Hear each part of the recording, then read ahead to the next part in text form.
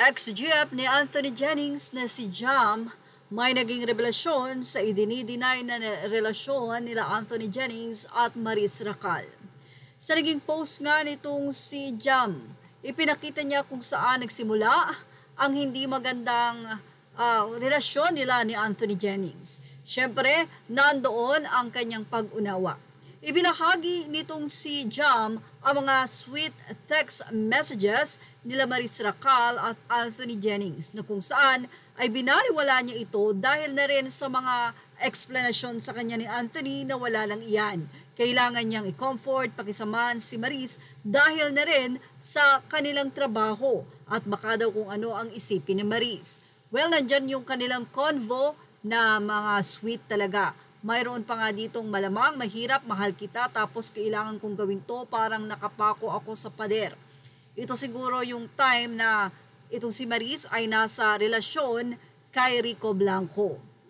So, dito ay binahagi nitong si Jam, parang nakapako ako sa pader, say ni Maris, masakit syempre, miss ko buhay ko pero wala, di gagana to pag di ko gagawin to. Gawin mo lang kung ano sa tingin mo ang tama, nandito lang ako, so iyan pa ang naging suggestion ni Anthony. Paliwanag ni Jam, after that day, they continued talking to each other. During those times, I just let it be because nagtitiwala ako sa kanila. Anthony would always tell me that he needed to do it and respond to her because they had work the next day. He didn't want their work to be affected, especially since his partner was dealing with some personal issues. He took it as his responsibility, believing that by comforting her, he could help her work through her problems. Ayon pa kay Jam, ito yung mga text messages, ito naman yung paliwanag niya. These are some of their conversations, paliwanag ni Jam. At minsan nasa set sila niyan working. Yung that was so hot, nagparty sila niyan. I confronted Anthony about it and he told me na hinila daw siya sa CR ng girl and they started making out.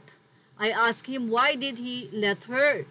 He then said ayoko lang maramdaman niya na parang ayaw ko siya kasi may trabaho kami bukas. He said sorry and said na ititigil niya na and naging okay kami.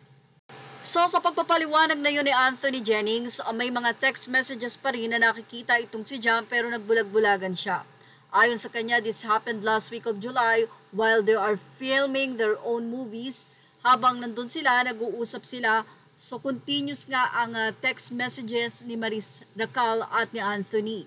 At I also confronted him about this and he said nagkaraoke lang daw sila in her house na kung saan itong si Anthony ay sinabing nakauwi na pero yun pala ay doon natulog kay Maris. Naalaman niya ito nang mag-picture itong si Maris at sinabing naiwan ni Anthony ang kanyang jacket at ayon sa mga convo na yan, niyayakap ni Maris ang jacket ni Anthony. Sinasabi nito mismo kay Anthony at mauubos na nga daw ang amoy nito.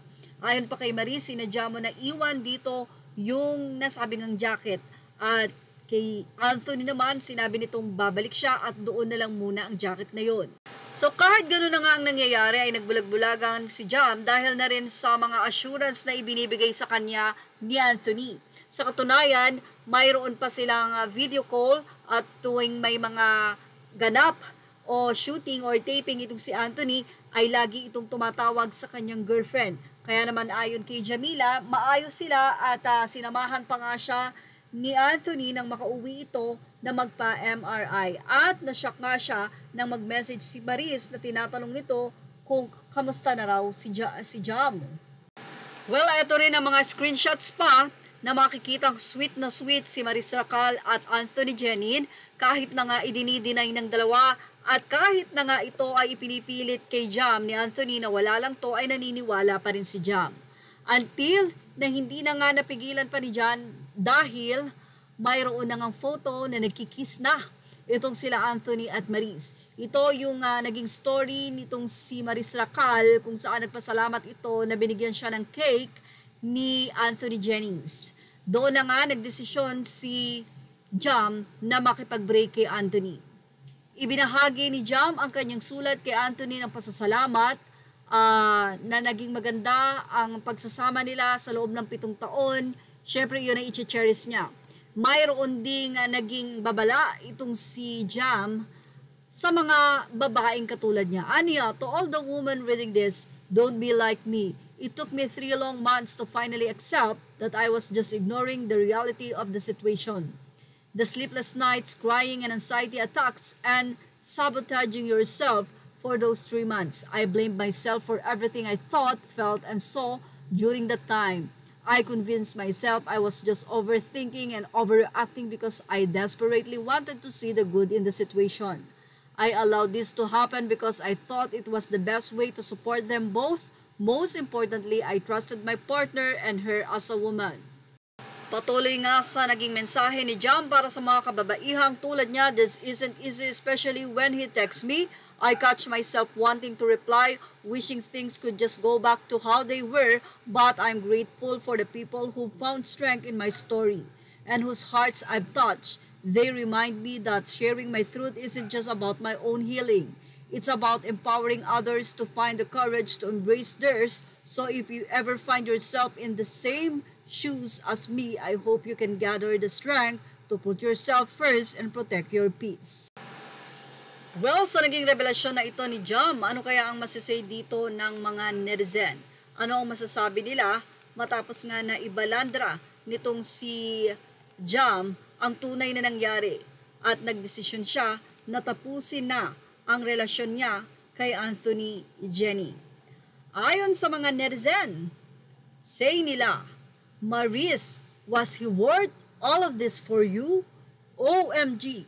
Sorry for the word pero ang L ng ante mo Maris. Ang lala ni Maris, kaloka. Go, go girl! So disappointed kahit Inglesera pa, cheap pa rin. Kanino ka disappointed te? Pakalinaw, say naman ng isa. Nakakaloka si Maris.